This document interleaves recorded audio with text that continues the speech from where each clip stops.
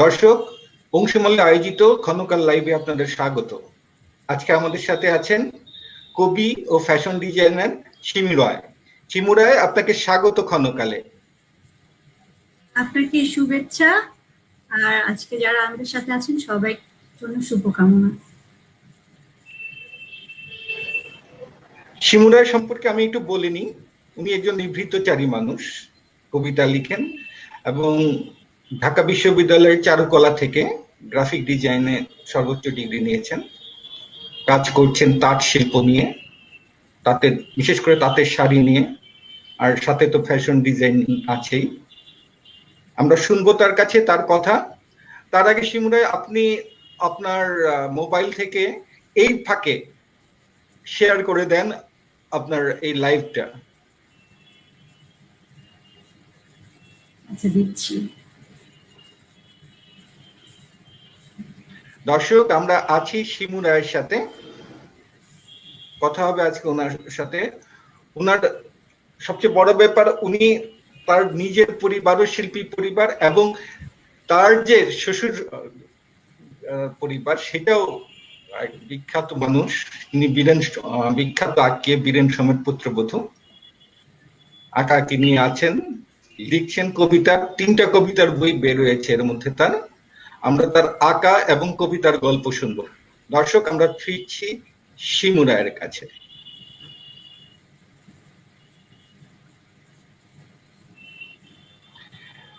প্রশ্নে চলে যাই। পোস্ট করে দিয়েছি। আচ্ছা, ঠিক আছে, আমরা প্রশ্নে চলে যাই, আলাপে চলে যাই। আলাপটা হলো, প্রথম আলাপটা হলোই, শুরুটাই আমরা এইভাবে করি যে আপনার দুইটা পরিচয়, একটা আঁকিয়ে একটা লিখিয়ে। কোন পরিচয়ে স্বাচ্ছন্দ্য বোধ করেন বেশি? আমি বেশি স্বাচ্ছন্দ্য বোধ করি প্রোডাক্ট ডেভেলপার হিসাবে পরিচয় দিতে। আর লেখালেখিটা আমার আত্মার মতো একটা বিষয়, তো ওটাতে আলাদাভাবে বলার কিছু নেই।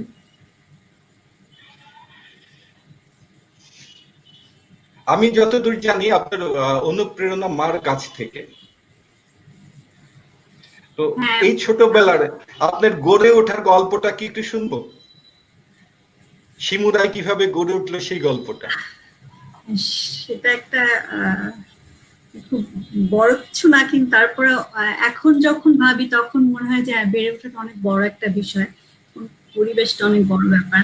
যেমন আমার মা খুব ছন্দ মিলিয়ে ছড়া লিখতে পছন্দ করতেন, তো যে কোনো কিছু নিয়ে সে ছড়া বানিয়ে ফেলতো।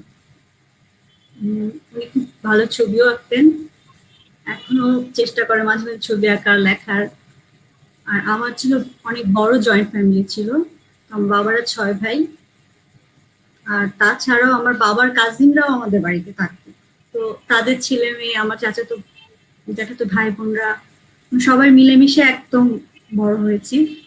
আমি খুব আলসে ছিলাম, আর অনেকদিন পর্যন্ত আমি সবার ছোট ছিলাম, তো আমার কিছুই কখনো করতে হতো না। আমি কি খাবো, কি জামা পরবো, কি করবো, সবকিছুই আমার জ্যাঠাতো বোনেরা করতো, তো আমি সবসময় অলস সময় কাটাতাম।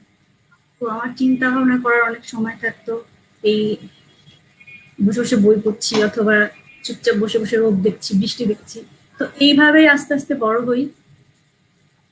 তো আমার লেখার মধ্যেও এটা ছাপ আছে, কিভাবে আমার মানে চিন্তা ভাবনা, আমার দেখা সবকিছু আমার এই বেড়ে ওঠার পেছনেই, মানে যে বেড়ে ওঠার যে পেছনে যে গল্পটা, সেটা খুব প্রভাব ফেলে আমার লেখায়। বিশেষ করে আমি তো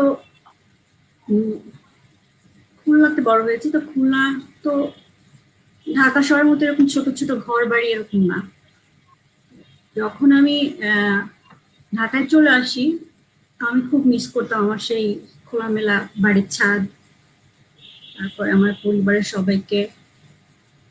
ওই সময়টা আমার খুব মানে ওই প্রথম 2টা বছর ঢাকা আসি যখন, তখন আমি আসলে আমার ফ্যামিলিকে রিয়ালাইজ করতে পারি যে আসলে আমি পরিবার থেকে কি কি পেয়েছি। তারপর থেকে আমার লেখার মধ্যে অনেক পরিবর্তন আসে, আমার দৃষ্টিভঙ্গি বদলে যায়। আমি ফটোগ্রাফি শুরু করি, ফটোগ্রাফি করতে যে আলোচনার সাথে আবার নতুন করে বন্ধুত্ব হয়। তো দেখা যায় যে এগুলো সবকিছুই মিলে আমি যখন এখন ডিজাইন করি, সেটা তো আমার ওইগুলো সবকিছুই ছাপ পড়ে। আমার ডিজাইন খুব শান্ত, খুব সিম্পল, তার মধ্যে ছোট ছোট কাজ থাকে। তো আমার সবকিছু মিলেই মনে হয় যে আমার কাজগুলো দেখলেই আমার যে শান্ত স্নিগ্ধ যে বেড়ে ওঠার যে পরিবেশটা ছিল, সেটা একটা প্রতিফলিত হয় আমার সব কাজে। এটাই আমার বলতে পারেন যে এখনো পর্যন্ত যা করি তার একটা সার অংশ বলা যায়। অর্থাৎ আমরা শিমু রায়কে নিভৃতচারী বলতে পারি, শান্ত নিভৃতচারী, তাই তো? হ্যাঁ হ্যাঁ, এটা বলা যায়। হ্যাঁ, আর আমরা জানি যে সাধারণত যারা আঁকেন তারা একটু নিভৃতচারী হন, একটু ঘরকুনো হন, কিন্তু যারা লিখিয়ে হন, যারা লিখেন, তারা কিন্তু একটু বাইরের মানুষ। তবে এই দুটো চরিত্রই আপনি ধারণ করেন একসাথে, কিভাবে ম্যানেজ করেন এটা? লেখালেখি যেটা বললাম না, এটা আমার একটা আত্মার মতো বিষয়টা, ওটা আসলে আলাদাভাবে কিছু করার নেই। আর আমি নিজের ইচ্ছাতেও লিখি না। যখন মনে হয় যে আমি আর পারছি, মানে আমার লিখতে মাথার ভিতরে ঘুরছে শব্দগুলা বা কোনো কিছু একটা নিয়ে ভাবছি, তারপর আলসেমি লাগছে, তারপর অনেক সময় লিখে ফেলি। এইভাবেই আমার লেখা হয়। আর ছবি আঁকার যে বিষয়টা ছিল, ওটা আমার গড়ে ওঠার একটা পার্ট।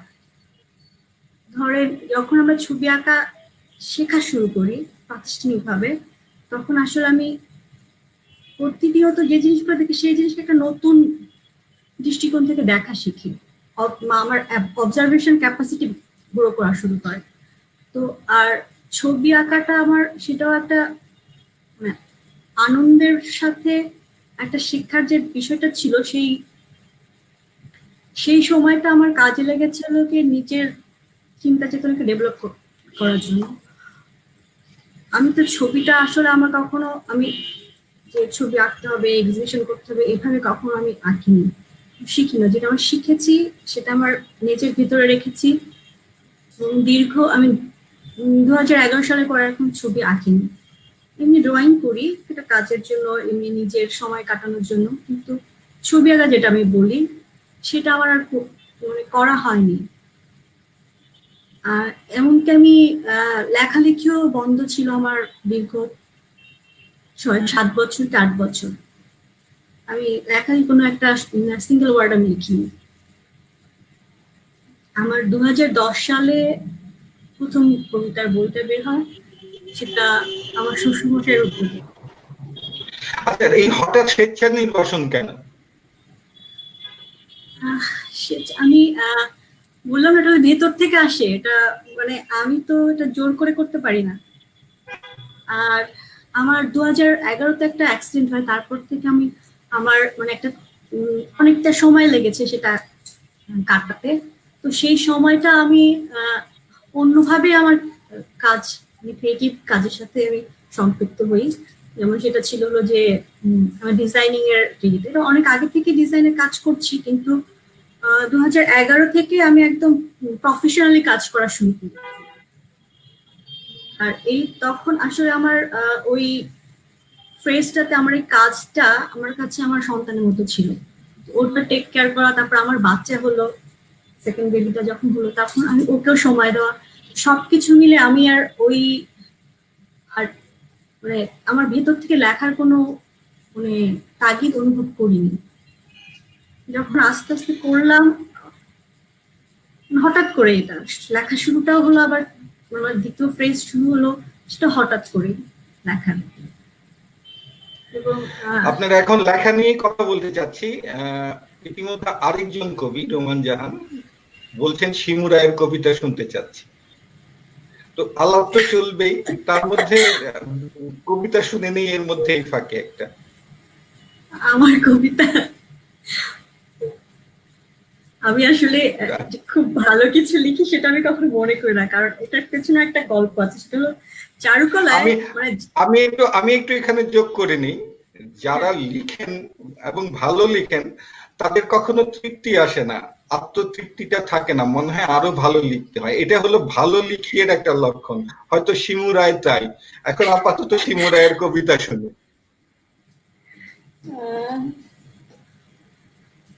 মুশকিল। উম,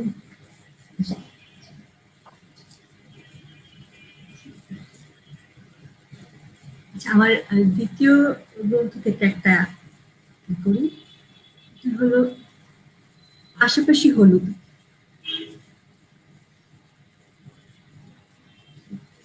ভিনসেন্ট, তুমি প্রথম বা তুমি শেষ না। কত সহস্র বছর ধরে কে যে আগে, কে যে পরে গেছে হেঁটে, অভিমান ভরা বুকে, হলুদ রং দেখে মোছা কাজল চেয়ে নিয়ে সাজিয়েছে ক্যানভাস, চাঁদের গায়ে চাপিয়েছে উজ্জ্বল কমলা।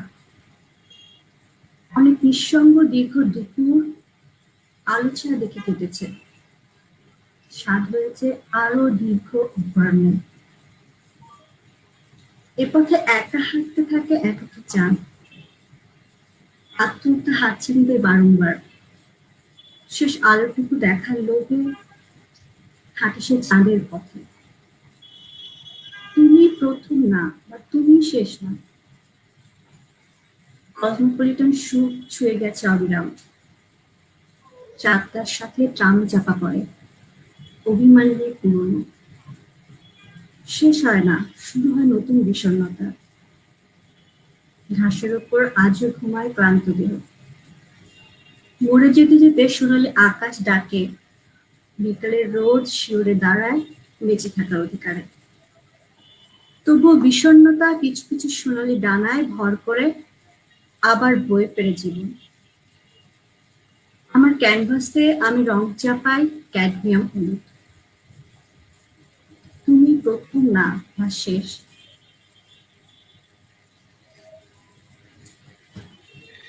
চমৎকার। শিমুরায়ের কাছে আরেকটা প্রশ্ন। পড়াশোনা শুরু করলেন চারুকলায়, কবিতাটা কিভাবে এলো?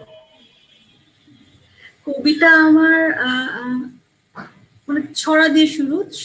এটা আমার প্রথম হ্যাঁ, ছড়া শুনলাম মার লেখা। কাছ থেকে। হ্যাঁ, মার এটা হলো গিয়ে এটা ছিল হলো গিয়ে 1988-র দিকে। ৮ আচ্ছা বছর, আচ্ছা। হ্যাঁ আমার ৭ আর ৮ বছর বয়স। তখন হয়তো আমার প্রথম, আমি পুরাতন ডায়েরি ঘেটে দেখেছি যে ওইখানে প্রথম তখন আমি ছড়া লিখি। তারপরে লিখতেই থাকি। 2010 পর্যন্ত সম্ভবত আমি কন্টিনিউ লিখি, লেখালেখি করেছি। স্কুল কলেজ লাইফে কিছু কবিতা পেপারে টেপারে দিয়েছি, ছাপাও হয়েছে। কিন্তু পরে যখন চারুকলায় পড়তে আসলাম, চারুকলাতে আসার পরে ওই লিখি কিন্তু চুপি চুপি রাখি। কারণ চারুকলায় সবাই যে খুব ভালো ছবি আঁকে তাই না, তারা অসম্ভব ভালো লেখে। তো ওদের সামনে নিজের লেখা কথা বলাটা সাহস ছিল না কখনো। ওদের শব্দচয়ন, লেখার ভঙ্গি, সবকিছু মিলে আমি মুগ্ধ থাকতাম ওদের লেখা নিয়ে। আমি যেটা লিখতাম এটা চুপি চুপি ডায়েরির মধ্যে থাকতো। তো হঠাৎ সেটা আমার শ্বশুর ফাইন্ড আউট করলো, করে তারপর আমার মানে প্রথম বই। আমার খুব ক্লোজ ফ্রেন্ডরা ছাড়া কখনো জানতো না যে আমি লেখালেখি করি। প্রথম বই মানে ঘুম পোকার পতন ও চন্দ্রমালা। হ্যাঁ, দ্বিতীয় বই ঘুঘুর ডানার মতো রোদ। হ্যাঁ। হ্যাঁ, এটা বুঝলাম। প্রথম বই আপনার শ্বশুর বের করে দিলেন, তারপরেরটার কাহিনীটা একটু শুনি। ঘুঘুর তারপরেরটা ডানার কিভাবে? মতো রোদ, এটাও আমি যে আবার আমার সেকেন্ড ফ্রেজে লেখালেখি যখন শুরু হলো,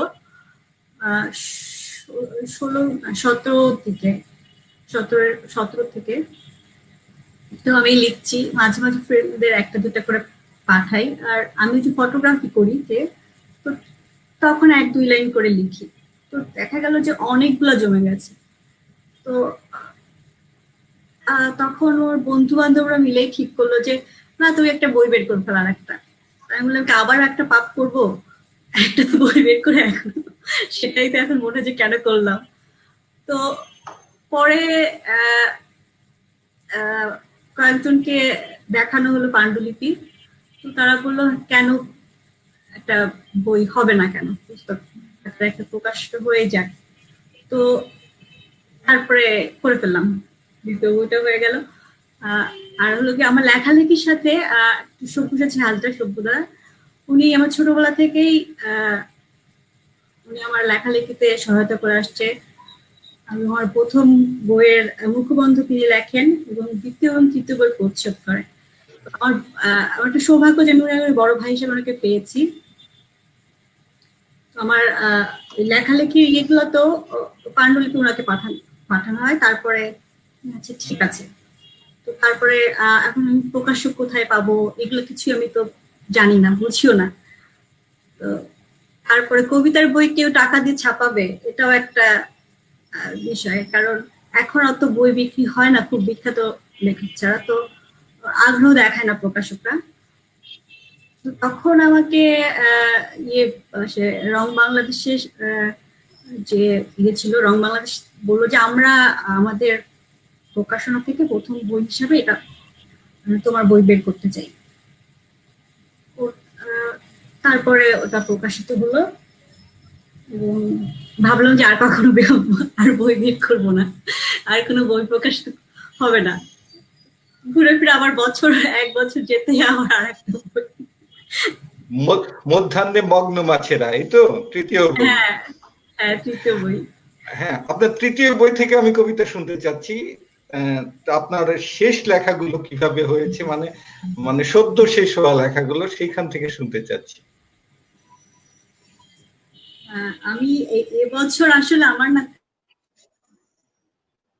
ওঠেনি, ফেব্রুয়ারি থেকেই তো চারিদিকে একটা মানে করোনার জন্য খুব একটা মন মানে মন বসাতে পারি না কোনো কিছুতে। চারিদিকে এত মৃত্যুর সংবাদ শুনি, তারপরে মানে দেখা যায় যে আমার সেই আমি তো খুব মানে আনন্দে রোমান্টিক প্রকৃতির মানুষ, মানে আনন্দে থাকতে পছন্দ করি। আমার বিষণ্ণতাটাও হয়তো রোমান্টিক একটা পার্ট আমার। তো আর লেখা হয়ে ওঠেনি। আমি গত একটা কি দুটো লিখেছি হয়তো এর মাঝখানে, কিন্তু মানে আমি সেগুলোতে খুব একটা আশাবাদী না যেগুলো কিছু হলো বা কিছু। আমি একটা মধ্যাহ্ন মগ্নমাছিয়া থেকে একটা করি, তারপরে দেখি এই বছরে কিছু লিখেছি কি। আমার লেখাগুলো একটা হেয়ালির মতো অনেকটা, হয়তো কোনো একটা কিছু আমাকে খুব আমার মনে একটা কোনো কিছু একটা খুব স্ট্রাইক করলো, কিন্তু আমি সেটা স্বাভাবিকভাবে হয়তো প্রকাশ করতে পারি না, এটা হলো আমার হয়তো ব্যর্থতা। কিন্তু আমার লেখার মধ্যে কোথাও কোড হিসাবে সেটা থেকে যায়। যেমন একটা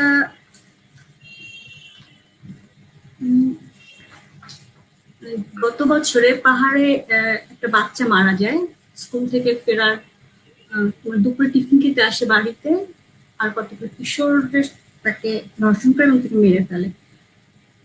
কিন্তু বিষয়টা আমার কাছে এটা খুব মানে বাংলাদেশের জন্য এটা খুবই স্বাভাবিক একটা ঘটনা, এগুলো পেপারে প্রত্যেককে নিয়ে আসে, কিন্তু আমি এটা মাথায় কোথাও একটা জায়গায় এটা থেকে যায়। পরে কোনো একটা লেখার মধ্যে হয়তো ওটা প্রকাশ পেয়ে এরকম কিছু ঘটনা, সেরকম একটা কবিতা পড়ি। ঝোপের আড়ালে মৃত মেয়ে, আমি সাথে চলি, সাথে একটা গঙ্গা পড়ি আর এক কাক। ঝোপের আড়ালে স্নান করে নিথর মেয়ে, দুলহীন গাছের পাতা ঢেকে রাখে সুখ। শ্রাবণের জলে ভাসে মেয়ে,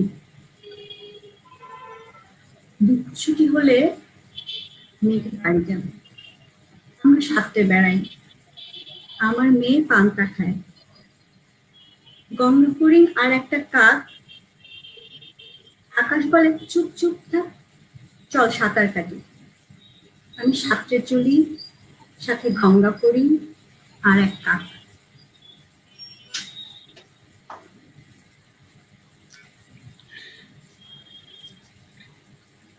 এরপরে নতুন কিছু? একদম নতুন কিছু খুঁজতে হবে, একদম নতুন কিছু।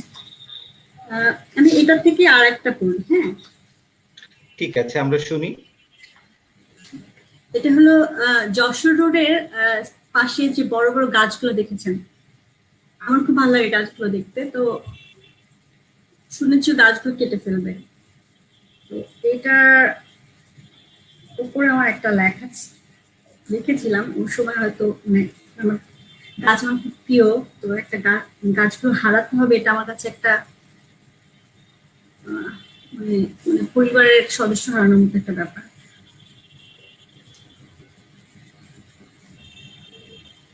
যশোর রোডের যাত্রীকে বলছি,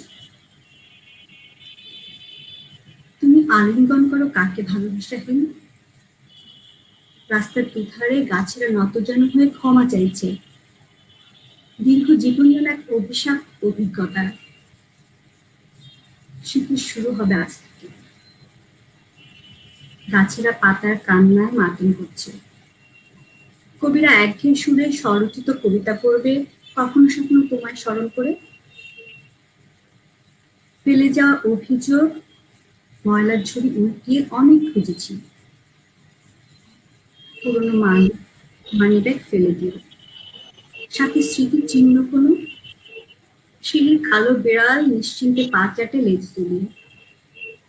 যে ঘর ভেঙে গেছে তার যত্ন নিও, সাজিয়ে রেখো তাকে নতুন আসবাবে। যে ঠোঁট চুম্বনের প্রতীক্ষায়, ফিরিয়ে দিও তাকে। কোন এক ফাল্গুনের ভোরে আজ থেকে শীতের শুরু হবে।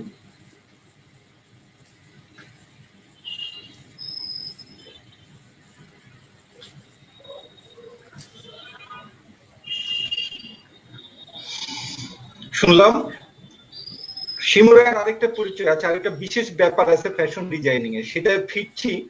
তার আগে আমাদের সাথে যারা আছেন তাদের কথাগুলো একটু পড়ে নিচ্ছি, তারা কি বলছেন একটু দেখে নিচ্ছি।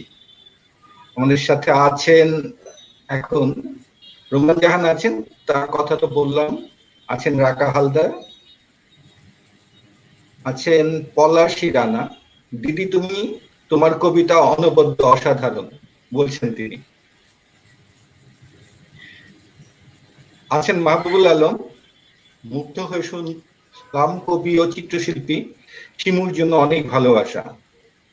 ধন্যবাদ আপনাকে, শিমু রায়ের কাছে আপনার ভালোবাসা পৌঁছে গেছে। আছেন সাথে নাজমুন নাহার কেয়া, আছেন জুথি, থাকুন অসাধারণ, উনি বলছেন অসাধারণ, থাকুন আমাদের সাথে। আমরা আবার ফিরবো আপনাদের, ফিরছি শিমু রায়ের সাথে আলাপচারিতায়। শিমু রায়ের ফ্যাশন ডিজাইনিং নিয়ে একটা কথা, বিশেষ কথা আছে। উনি কাজ করেন মূলত পাটের উপর, পাটের শাড়ি এবং শাড়ির ডিজাইন করেন। এই শাড়ির ডিজাইনের বিশেষ একটা ব্যাপার যে উনি প্রধানমন্ত্রীর জন্য শাড়ির ডিজাইন করেছেন। শিমুর কাছে এখন শুনতে চাবো সেই গল্পটা, প্রধানমন্ত্রীর জন্য শাড়ির ডিজাইন করার গল্পটা। এটা একটা সৌভাগ্য ছিল আমার। আমি তো 2011 সাল থেকে কাজ করছি তাঁতের প্রোডাক্ট নিয়ে। সব ধরনের সুতো নিয়েই কাজ করেছি, সিল্ক, কটন, জুটের সুতা, রিসাইকেল সুতা। তো আমার খুব মানে এক্সপেরিমেন্ট করতে খুব ভালো লাগে। আমি এটা পাশাপাশি আরো মানে প্রোডাক্ট ডেভেলপমেন্টের কাজ করি। আমার একটা ছিল, স্বপ্ন ছিল যে আমি এত শাড়ি বানাই, বছরে হয়তো 100টার উপরে শাড়ি ডিজাইন করছি। কিন্তু মানে আমার স্বপ্ন কেন আমি এখনো মাননীয় প্রধানমন্ত্রীর জন্য একটা শাড়ি ডিজাইন করতে পারলাম না, বা আমার ডিজাইন করা কোনো শাড়ি উনি করেছেন কিনা।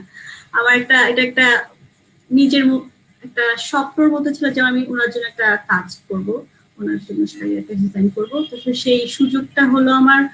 আমি অনেকদিন ধরেই ইয়েতে বাংলাদেশ জুট রিসার্চ ইনস্টিটিউটের একটা আছে, জেটিপিসি। পাট ও পাট গবেষণা ও বিপণনের উপরে ওরা কোর্স করায়। আমি ওখানে ডিজাইনের ক্লাস করাই অনেকদিন ধরেই।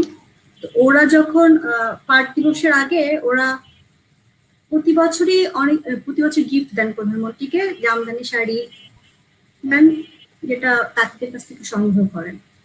তো আমি যে সংস্থার সাথে কাজ করতাম, হ্যান্ড টাচ থেকে প্রোডাক্ট যায়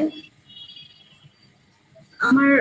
তখন ওরা বললো যে আচ্ছা এই বছর শাড়িটা আমরা তো তাদের কাছ থেকে করি সবসময়, আপনারা একটা জুটের সুতা দিয়ে একটু কাজ করতে চাই, এবং জুটের সুতা নিয়ে যে বুননের মধ্যে যে প্রয়োগের বিষয়টা, এটা একটা জটিল বিষয় এবং এটা সবাই মানে কটন সুতার সাথে জুট সুতা অ্যাডজাস্ট করতে পারে না।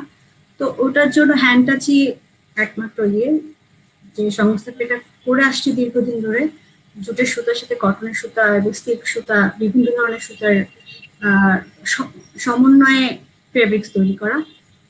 তো তখন ওরা বলল যে তাহলে আপনারা এইটা দায়িত্ব নেন। তখন আমি শাড়ির ডিজাইনটা কি হবে, কেমন হবে, তো ওরা বললো যে তা আপনি এত কষ্ট করার দরকার নেই, আপনি এই যে কুশি কাটার যে কাজ করে জুটের সুতা দিয়ে এখন মেয়েরা, আপনি সেটা দিয়ে একটা সিল্ক শাড়ি করে দেন, আর আমরা তো একটা জামদানি শাড়ি দেই।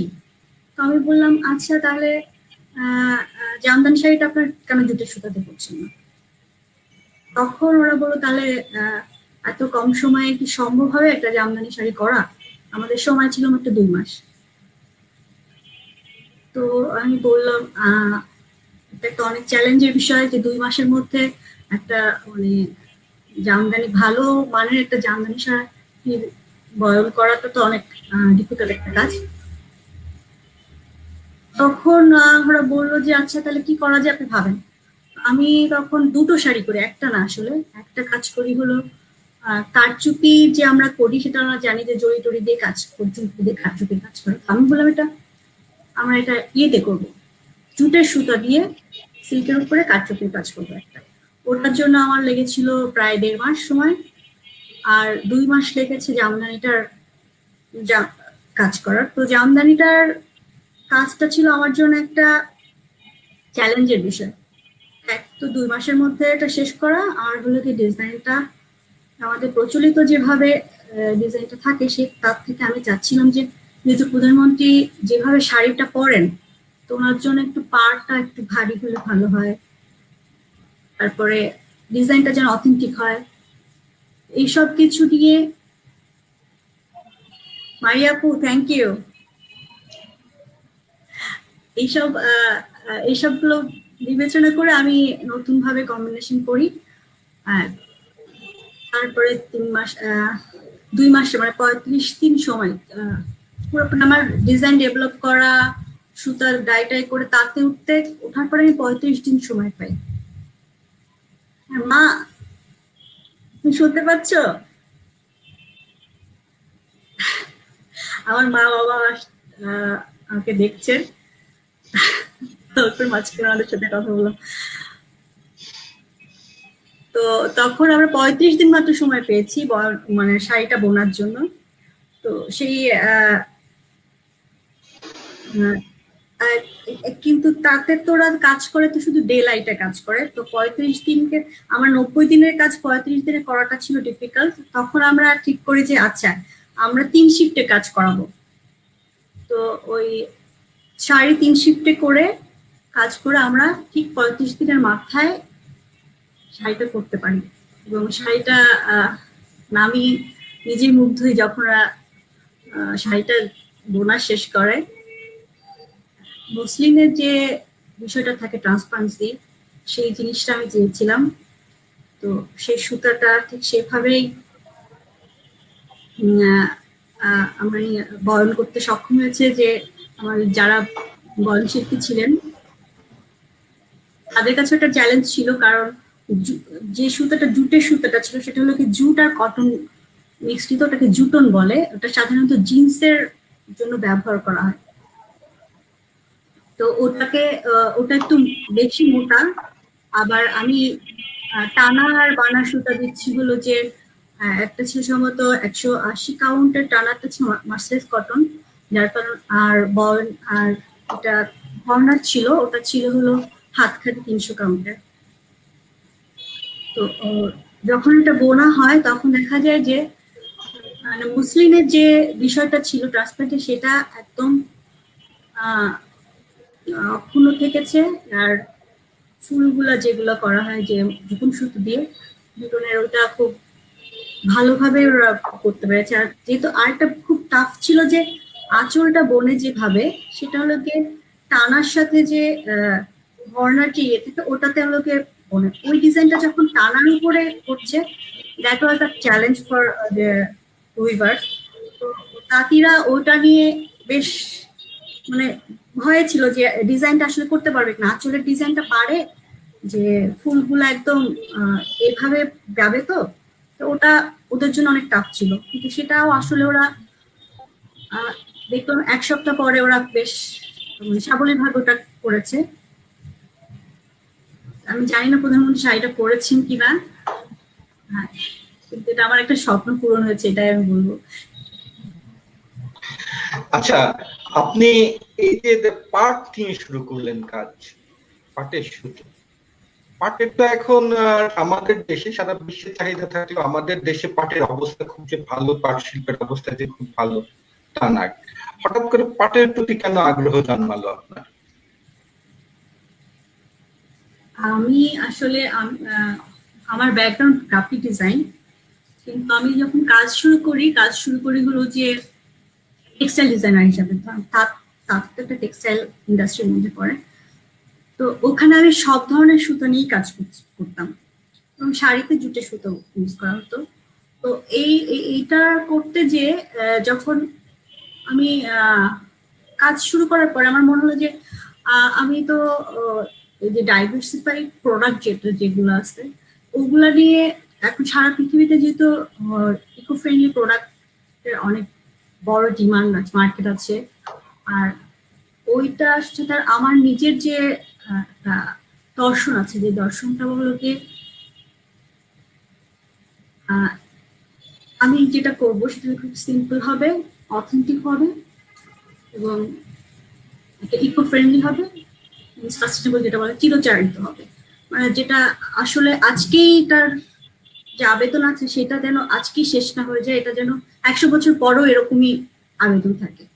তো এইগুলো করতে যে যখন আমি আর একটু মানে দেখতে যেতে লাগলো আমার কাজের, তখন আমি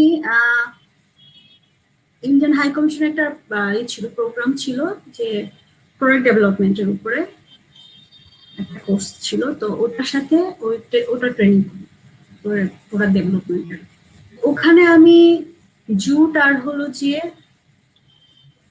জুটের সুতার সাথে আমি রিসাইকেল শাড়ি ছিঁড়ে যে ইয়েটা করা হয়, হ্যাশ বলে ইয়েতে, তো ওইটা দিয়ে দড়ি বানিয়ে ওটা দিয়ে আমি এক্সপেরিমেন্টাল কাজ করি। এবং কাজটা করার পরে আমার একটা নিজের ভিতরে একটা আনন্দ হয় যে আমি আপসাইক্লিং এর কাজ করছি, এবং সেই সাথে আমি যে আমার দেশের একটা আইডেন্টিটি জুট, সেটাকে আমি ইউজ করছি। তো জুটের জিনিস বলতেই আমাদের দেশে বোঝে বস্তা নাহলে চট। তো এটার যে প্রোডাক্টটা যে অনেক ধরনের প্রোডাক্ট হতে পারে, এটা দিয়ে তখন থেকে কাজ করা শুরু করলাম। আর একটা ছিল যে সাস্টেনেবল প্রোডাক্ট মাত্রই যে সেটা যে ইয়ে হবে, ইকো ফ্রেন্ডলি হবে সেটা তো না, কিন্তু আমি চাচ্ছিলাম যে ইকো ফ্রেন্ডলিও কিছু করি। তো সেইখান থেকে আমি মানে জুটের সাথে কাজ করা শুরু করি। শুধু জুট না, সে সাথে আমি হোগলা, তারপরে বেতের কাজ, মানে হাউস হোল্ড প্রোডাক্টও ডেভেলপ করা শুরু করি। জুট হলো যে আমার একটা সব থেকে প্রিয়, যেটা আমি আনন্দ পেতাম, এটার যে সম্ভাবনাটা আছে সারা বিশ্বেই দেখা যাবে যে এটার বাজার দিন দিন প্রসারিত হচ্ছে। আমরা এখন যে জায়গায় পৃথিবীর আছি সেখানে আমরা সবাই এখন বুঝি যে আসলে আর্টিফিশিয়াল জিনিসটা আমার এর জন্য এখন একটা গলা কাটার মতো অবস্থা। যেমন ইউরোপে খুব অনেক ডিমান্ড হলো যে জুটের কার্পেটের, জুটের বাস্কেট, তারপরে জুটের যে অন্যান্য প্রোডাক্ট, ব্যাগ। তো আমরা কেন এগুলা করছি না? আমরা শুধু সুতাই তৈরি করে যাব, চট তৈরি করে যাবো, এটা তো না। আমাদের দেশে সোনালী আঁশ সব থেকে ভালো লেদার কোয়ালিটির একটা জুট তৈরি করে। তো সেটা নিয়ে কাজ, সেই ফ্যাব্রিক্সটা নিয়ে টেস্কো কাজ করতে নিয়ে যাচ্ছে, রেভেনহাম নিচ্ছে, H&M নিচ্ছে। ওরা ফেব্রিক্স নিয়ে যে ওরা অন্য জায়গা থেকে ওরা প্রোডাক্ট তৈরি করছে, আমরা কেন প্রোডাক্ট ডেভেলপ করছি না? তো এইসব জিনিসগুলো ভাবতে ভাবতে আমি আর এই কাজগুলো জুটের সাথে সম্পৃক্ত হয়ে গেলাম। তারপরে আরো সব থেকে সরাসরি কাজ করার সুযোগ হয়ে গেল, আমি নেদারল্যান্ড গভর্নমেন্টের একটা প্রজেক্টে কাজ করি। 4 বছর ধরে সিবিআই এর। ওটা ছিল হলো জুটের ইয়েতে হাউস হোল্ড প্রোডাক্ট ডেভেলপ করা। তো ওই মানে তারপরে থেকে কাজ করতেই শুরু, মানে কন্টিনিউসলি জুটের কাজ করে যাচ্ছি। আচ্ছা, এখন ডিজাইনার শিমু রায়ের থেকে ফিরে আসি আবার কবি শিমু রায়ের কাছে। আবার কবিতায় ঢুকে যাই, আবার কবিতা শুনতে চাই।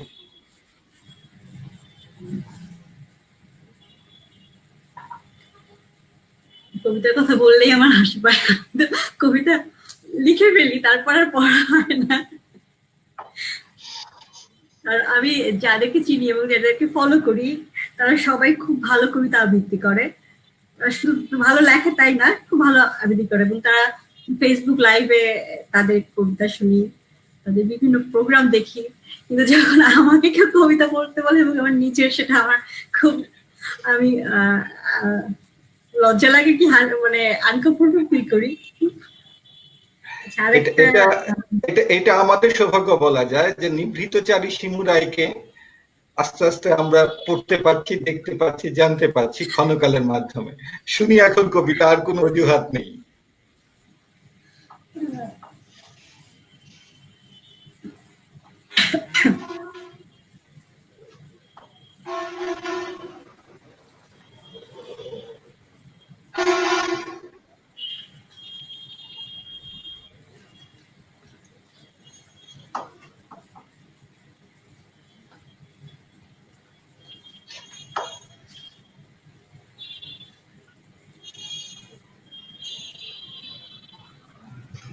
আচ্ছা, কবিতাটার নাম ইতিমধ্যে শালিক। রাজা আছে, রানী আছে, শুধু নেটওয়ার্ক নেই। ধুলো ভেজা বিকেল আজ দীর্ঘ হবে, রঙিন মুখোশের আড়ালে কালো মুখ, অথচ স্বর্ণ স্নাত হবার জন্য অনেক তারার সমাগম। ধুলোর মেঘে তাড়ানো পড়ল। শাড়ির পার হতে পারলে ভালো হতো, পায়ের কাছে লুটোতাম। ধুলো, ঘাস, নরম পা, কোমর পেঁচিয়ে বুকের সাথে প্রবাহিত হয়ে ঠিক গলার কাছে ছুঁয়ে বেনির পাশাপাশি ঝাঁপিয়ে পড়া। ও রাজারানী, তোমরা নেটওয়ার্ক খুঁজো, বন করে দেখো, মন করে দেখো না। মন আইসক্রিমের মতো গলে পড়ে বাষ্প হয়ে ওড়ে। আজ রাজারানী ছবি তোলে, সবজি ফোটে, বাতাসের সুবাস, ছবি তুলো সুবাসের। সোনালি ধুলো ভেজা বিকেল দীর্ঘ হয়, কৃষ্ণচূড়া করতে আরো অনেক দেরি আছে। আর আগে বৃষ্টি চাই, ফুটলে যেন ঝরতে বাকি নেই। রাজারানী, তোমরা লাল রং পুরো।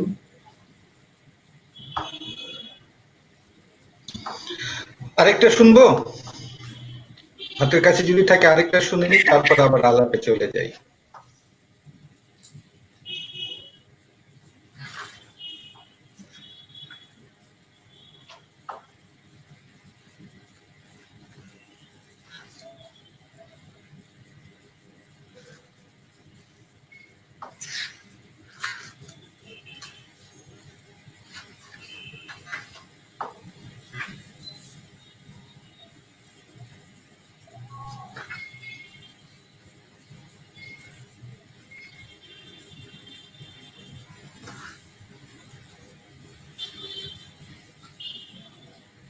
কবিতাটার নাম হলো হাত ছুঁয়ে বলি। একটা গধূলি বিষণ্ণতা ছুঁয়ে আবছা আলো, আকাশের নিচে স্বচ্ছ জলে, আকাশে নীল বেশে, বাতাসে ছুটে ঢেউ আর নুয়ে পড়া পাতা, বকচোখে নিঃসঙ্গ শান্ত তাল গাছ, চিত্রকল্প ঘুঘুর কথা শুনে পলাশের বন, পরিত্যক্ত শস্যের ক্ষেত, জলা আর জংলায় গ্রাহকের ঘর হয়ে ওঠে। ফকিরের রেস্তোরাঁয় বসে দুটি আগন্তুক, পকেটে বিষ, আদর শেষে আবার মাখবে গায়ে, শিশুর আলতো টলমলে পায়ে উঠে দাঁড়াবে আমার ভেতর। ইটভাটার চিমনির মতো ভেতরের অগ্নিকুণ্ডে পুড়ে সব ধোঁয়া বেরোতে থাকবে শুদ্ধ বাতাসে। অন্ধ কালো বেড়াল পা চাটে, হাতে হাতে অন্ধকার।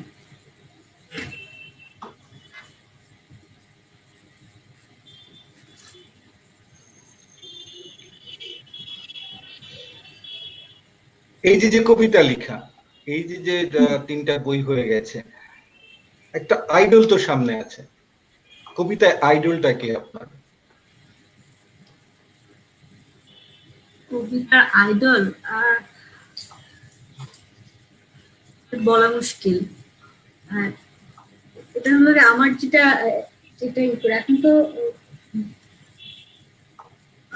অনেকগুলো সময় পার হয়ে গেছে সাহিত্যে, তো এখন একসাথে অনেকগুলো ধারাও অবস্থান করছে কবিতার।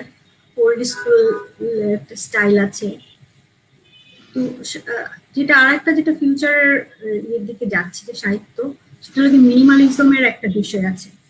তো আমার লেখাগুলো তো আমি ওই আমার যে ডিজাইনের যে অ্যাস্থেটিক্স সেটা ফলো করার চেষ্টা করি। কঠিন শব্দচয়ন আমি ঠিক তেমন একটা করি না, সাবলীলভাবে যা হয় সেরকম একটা বিষয় আমি থাকার চেষ্টা করি, আর একটা নিউট্রাল জায়গায় থাকার চেষ্টা করি। যেটা এটা এখন কাউকে আইডল বলা যায় না, তবে আমি সবার কবিতা পছন্দ করি। আমার সব থেকে পছন্দের কবিদের মধ্যে যদি আমি বলি, আমি জয় গোস্বামী আমার একজন খুব প্রিয় কবি।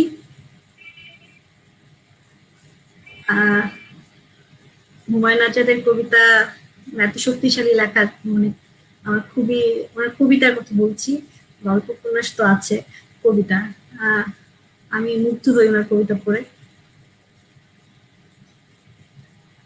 সৈয়দ শামসুল হকের কবিতা ভালো লাগে।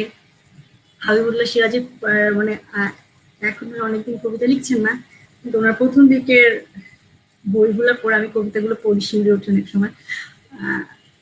কিভাবে মানে 70-এর দশকের যারা লিখেছেন তারা সবাই মানে আমার আমার কাছে খুবই আমার আইডল, মানে আমার বলা যায় এটা যে আমাকে আমার কবিতার রুচি তৈরি করেছে তারা। আর রবীন্দ্রনাথ তো আমি কিছু আমি একটু রবীন্দ্রনাথের আগে একটু আসি। আপনি 70 দশকের কথা বললেন, এই যে 70 দশকের কবিতা আর বর্তমান দশকের কবিতা, আপনার কি মনে হয় না যে পড়তে গেলে মনে হয় না যে 70 দশকই এখনের থেকে এগিয়ে ছিল, এমন একটা অনুভূতি হয় না? মনে হয় না যে আমরা অনেক সময় হয় এই এটা। দশকে আসলে আমরা কবিতার ক্ষেত্রে সাহিত্যকে খুব বেশি কিছু দিতে পারছি না, এমন কি মনে হয়? আপনি যদি বলেন কবিতা, শুধু কবিতা না, আপনি শিল্পের যতগুলো শাখা আছে সেগুলো তো আসলে, শিল্পটা তো মানুষের পুরো একটা মনস্তাত্ত্বিক জায়গা থেকে তৈরি হয়। তো ওখানে একটা বিষয় থাকে, আপনার যখন ক্ষুধা লাগবে তখন আপনার খাওয়ার যে আগ্রহটা থাকবে, আপনার যখন পেট ভরা থাকবে তখন সেই আগ্রহটা কম থাকবে। 70 দশকে যে আইডিওলজির জন্য যে একটা, মানে আইডিওলজির যে একটা জায়গা ছিল, বিষয় ছিল, সেই জিনিসটা এখন আমাদের দৈনন্দিন জীবনে অতটা প্রভাব ফেলে না। আমি ছোট্ট একটা বলি যে জীবন তো, আমাদের জীবনধারা বদলে গেছে, আগের মতো আমাদের লাইফ স্টাইল নেই। তো আমি ছোটবেলা যেটা পেয়েছি এখন আমি সেটা পাই না। আমার আমার বেড়ে ওঠার সাথে আমার এখন যাপিত জীবনের কোনো ধরনের সম্পর্ক নেই। এইটা যখন আবার আমার বাচ্চার ইয়েতে দেখি, ওর আর সম্পর্ক নেই। তো এখানে ওর লাইফে আইডিওলজির কোনো ইয়ে দরকার নেই, কারণ ও একটা ফরম্যাটের মধ্যে যাচ্ছে। তো ওর আর নতুন করে কিছু মানে অত একটু চিন্তা ভাবনা করার দরকার হয় না। ও কোনো কিছু দরকার হলে গুগল করছে, ই করছে। আমাদের যে বেড়ে ওঠাটা, সেখানেও দেখেন আমরা পেয়েছি একটা স্বাধীন রাষ্ট্র পেয়েছি। তারপরে আহ আমাদের ইয়েগুলা কি ছিল, আমাদের ক্রাইসিস গুলা আইডিওলজি জায়গা না, বা আমাদের যে দেখাটার জায়গাটা, ধরুন আমরা একটা একটা সেটেল রাষ্ট্রের মধ্যে স্কুলে গেছি, স্কুলের ওয়ার্ক করেছি, বাসায় ফিরেছি, গান বাজনা করছি, গান বাজনা শুনছি, একটা একটা খুব কমফোর্টেবল লাইফ। তো কমফোর্টেবল লাইফের যে আমার যে দৃষ্টিভঙ্গি তৈরি হবে, আর যাদের একটা সামনে একটা আইডিওলজি ছিল, একটা দেশ বানাতে হবে, একটা কিছু করতে হবে, নিজের মধ্যে একটা সমষ্টিগত ভাবে এবং নিজের মধ্যে একটা চেষ্টা ছিল 70 দশকে যে যারা এই কাজ করেছে, এবং তাদের যে শিল্প সাহিত্যের বিষয়ে যে আরেকটা জিনিস, সময় লাইফটা তখন এখন আমাদের তো ফাস্ট ছিল না, তাদের শিল্প চর্চা করার যে সময়টা ছিল, এখন সেই সময়টাও কমে যাচ্ছে। এখন রুটি রুজির জন্য অনেক বেশি সময় দিতে হয়। তো ওই ওই জায়গাতে তখন আর ওই শিল্প চর্চার জায়গা থাকে না।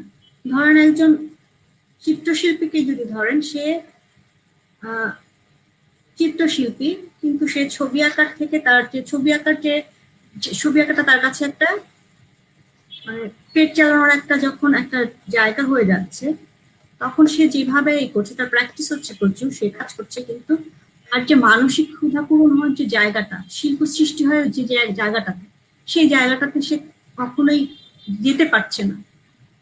তো অর্থাৎ এই আপনি যে বলতে চাচ্ছেন যে এই পুরো যে যে পুরো ব্যাপারটাই হ্যাঁ, কর্পোরেট হয়ে যাচ্ছে।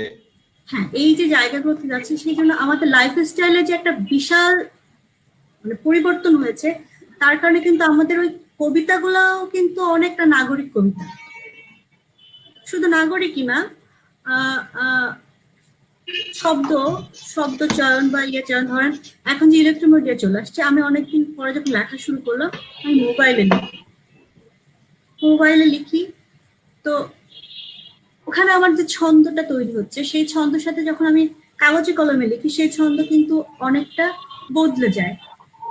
এটা কোন জায়গাটাতে, আমি যখন লিখছি আমি লিখতে থাকছি, কিন্তু যখন আমি টাইপ করছি আমি ভাবছি টাইপ করছি, এবং এইটার সময় মাঝখানে একটা সময় থাকছে, যার কারণে অনেক সময় ছন্দটাও সরে যেতে পারে, এবং কবিতার আকার ছোট হয়ে যাচ্ছে। এটা একটা মিনিমালিজমের একটা ইয়ে, কারণ আমাদের এখন সাহিত্য থেকে আরো অনেক কিছু বড় বড় জিনিস আমাদের জীবনে আছে।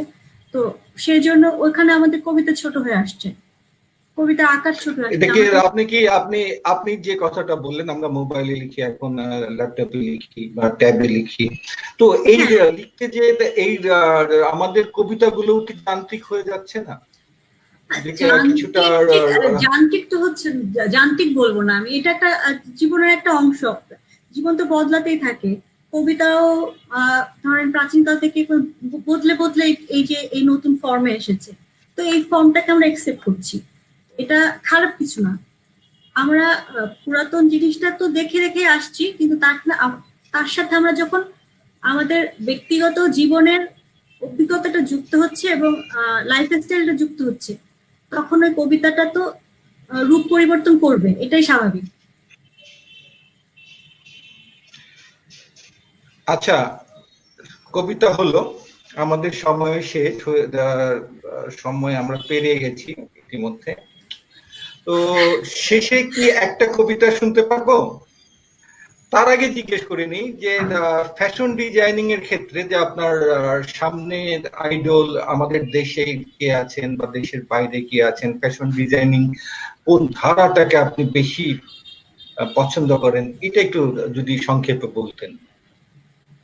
আমি বলবো যে আমি তো পরিবেশ বান্ধব এবং চিরাচরিত সিম্পল ডিজাইনের মিনিমালিজমের আদর্শে বিশ্বাসী। তো আমি কাজ যখন শুরু করি, তো ওটা তো চারুকলা পড়া অবস্থায় শুরু করি, টি শার্টের ডিজাইনের কাজ থেকে শুরু হয়। তো এখানে যাদের সাথে আমি কাজ করতে করতে কাজ শিখেছি, আমার মেন্টর যদি বলেন, তো এখানে আমি দুজনের নাম বলবো। একজন ছিলেন চন্দ্রশেখর সাহা, আর একজন হলো রুবি গজনবী। এরা দুজন আমার বলতে পারেন আমার মেন্টর, যাদের কাছে শিখেছি। ন্যাচারাল ডায়ের বিষয়টা আছে, তারপরে তাঁতের যে বিষয়টা আমি খুব মানে সূক্ষ্মভাবে তাঁতের সমস্ত জিনিসগুলো শিখেছি, তাঁতের এক্সপেরিমেন্ট করার সুযোগ পেয়েছি। সেটা ছিল আমি যার সঙ্গে দীর্ঘ 9 বছর ধরে কাজ করেছি, মোহাম্মদ আলী খান, হ্যান্ড টাচের ফাউন্ডার। উনি আমার মেন্টর, আমি এটা বলবো। আমার কাছে বাংলাদেশে এদের কাজ আমি করি। তারপরে ইন্ডিয়াতে কিছু অর্গানাইজেশন আছে যারা মানে তাঁতি বলা যায়, মহারাষ্ট্রের, গুজরাটের আছে, তাদের কাজ আমি ফলো করি, তাদের কাজ আমার ভালো লাগে। ন্যাচারাল রাইট সাথে তাঁতের ন্যাচারাল লাইটে তাতে বিভিন্ন এক্সপেরিমেন্টাল কাজ করে, যেগুলো আমার আসলে আমি মুগ্ধ হই যত দেখি।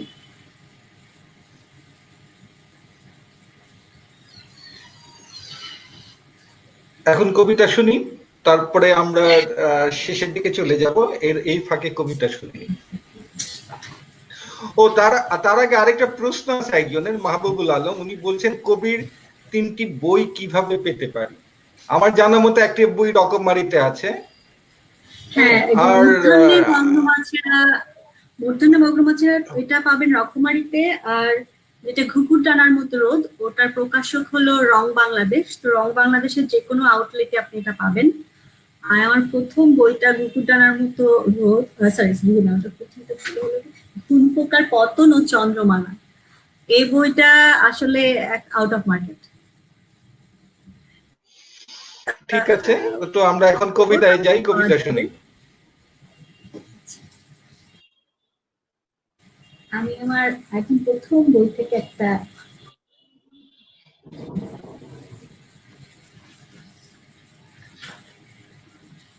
আমি একসময় লাতিন আমেরিকান অনুবাদ কবিতা আমার একটা বেশ প্রভাব ফেলেছিল আমার লেখার উপরে।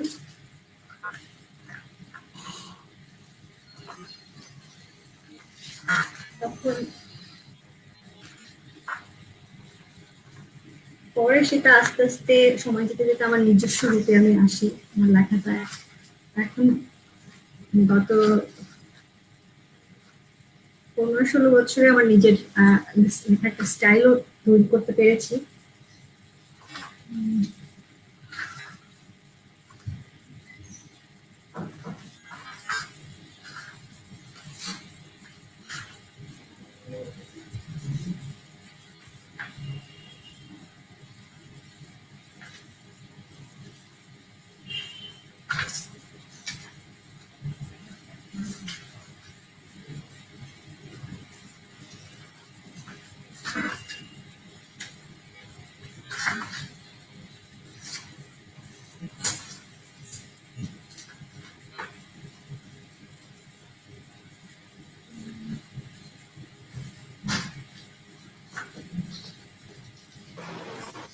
আচ্ছা,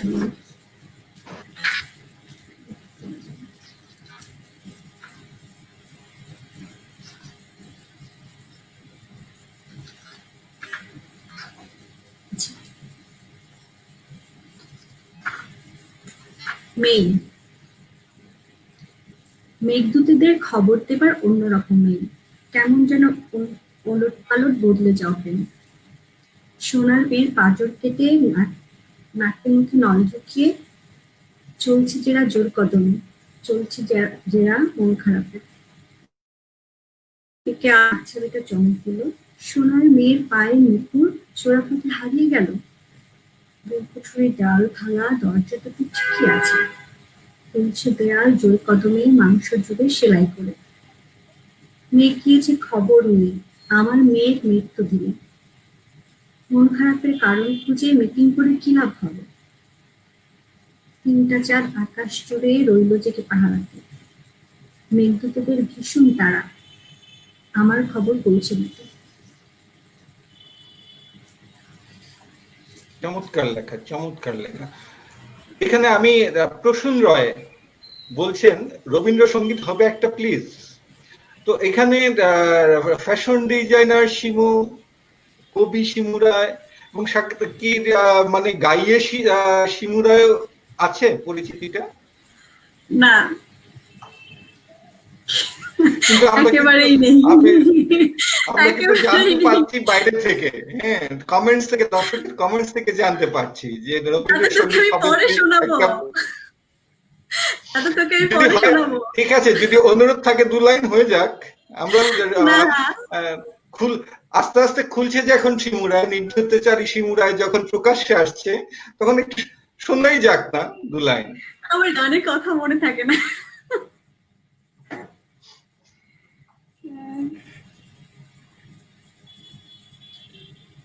আমরা কি শুনছি 2 লাইন? দেখি, চেষ্টা করি খুঁজে পাই। আচ্ছা।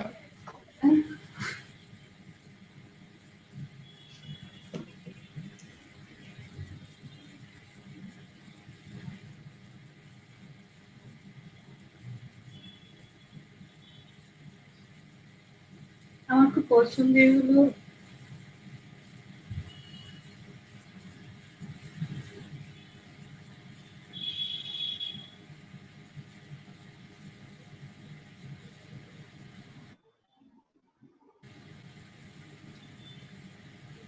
আমার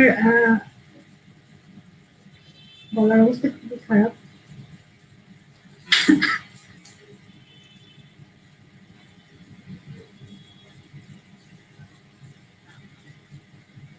তোমার অসীমে প্রাণমূল যত দূরে আমি ধাই, কোথাও দুঃখ কোথাও মৃত্যু কোথা বিচ্ছেদ নাই, তোমার অসীমে প্রাণমূলে যত দূরে আমি ধাই, মৃত্যু সে ধরে মৃত্যুর রূপ, দুঃখ হয় হে দুঃখের কূপ, মৃত্যু সে ধরে মৃত্যুর রূপ, দুঃখ হয় হে দুঃখের কূপ, তোমা হতে যাবে হইয়ে বিমুখ, আপনার পানে চাই, তোমার অসীমে প্রাণমূলে যত দূরে আমি ধাই, পূর্ণ তব চরণের কাছে যাহা কিছু সব আছে আছে আছে, নাই নাই ভয়, সে শুধু আমারই সেদিন কাঁদিতায়,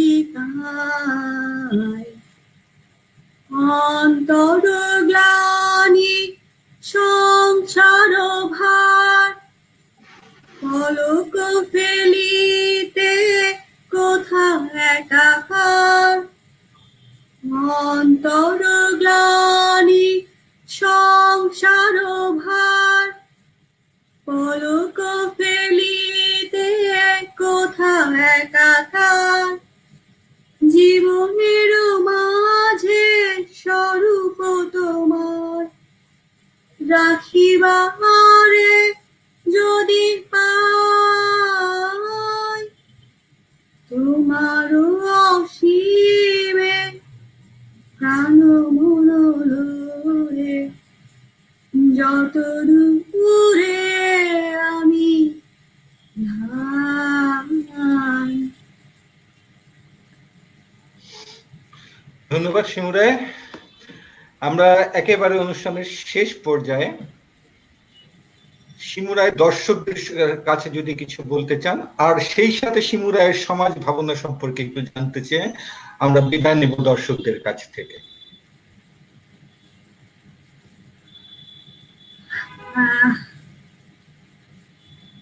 আমি বেড়ে উঠেছি অনেক মুক্ত মন নিয়ে। আমার পরিবারে হিন্দুদের যেমন থাকে যে কাস্টের বিষয় থাকে, আমার পরিবারে আমি এটা পাইনি। এমনকি ধর্মের বিষয়ে আমাদের গোড়ামি নেই কোনো। আমার পরিবারে সব ধর্মের মানে পূর্ণ অংশগ্রহণ আছে। আমি কোনো কুসংস্কার পছন্দ করি না। আমি অনেক সময় এইসব তর্কগুলো এই জন্য এড়িয়ে চলি। আমার ছেলেকে আমি এখনো, ছেলে জানে না তার রিলিজন কি, আমি মনে করি সেই পৃথিবীটা থাকবে যে পৃথিবীটাতে মানুষের কোনো বিভেদ থাকবে না। আর আর একটা জিনিস আমাদের মানে মাথায় রাখতে হবে যে আমরা যা কিছু করি যদি একটু ভালোবাসা নিয়ে করি তাহলে পৃথিবীটা অনেক সুন্দর হবে। যেমন আমরা আমাদের বাচ্চাদেরকে বড় করি বাবা মার স্বপ্ন দিয়ে, কিন্তু আমরা কখনো তাদেরকে এটা বোঝাতে শেখাই না তুমি যেটা ভালোবাসো সেটা করো। তাদেরকে শুধু বাবা মার শেখানোর যেটা আছে সেটা হলো যে কোনটা ভালো, মন্দটা সম্পর্কে তাদেরকে জানতে হবে যে এটা খারাপ। এর বেশি বাবা মাদের আসলে চাপিয়ে দেওয়াটা বাচ্চাদের উপর সেটা ঠিক না। যেমন আমরা খুব গ্রিডি হয়ে গেছে আমাদের শুধু এই বেড়ে ওঠার কারণে, আর এই গ্রিডি হওয়ার কারণেই আমাদের এত লোভের কারণেই আমাদের সবকিছু আমরা যে এই যে সুখ স্বাচ্ছন্দ্যের কথা বলি সেটা হলো যে আমাদের অর্থকেন্দ্রিক, অর্থনৈতিক অবস্থা কেন্দ্রিক। তো এইটা থেকে আমাদের যদি বেরিয়ে না আসি আমরা একটা সুন্দর পৃথিবী আসলে করতে পারবো না। আর এখন করোনাটা আমাদের জন্য একটা লার্নিং আমি মনে করি। আসলে আমাদের পৃথিবীতে আমাদের এত মানুষের দরকার আছে কিনা সেটা নিয়ে অনেক সময় আমি ভাবি। আমরা মানবাধিকারের কথা বলি কিন্তু এই মানবকে বাঁচাতে যে আমরা পৃথিবীকে ধ্বংস করে ফেলছি।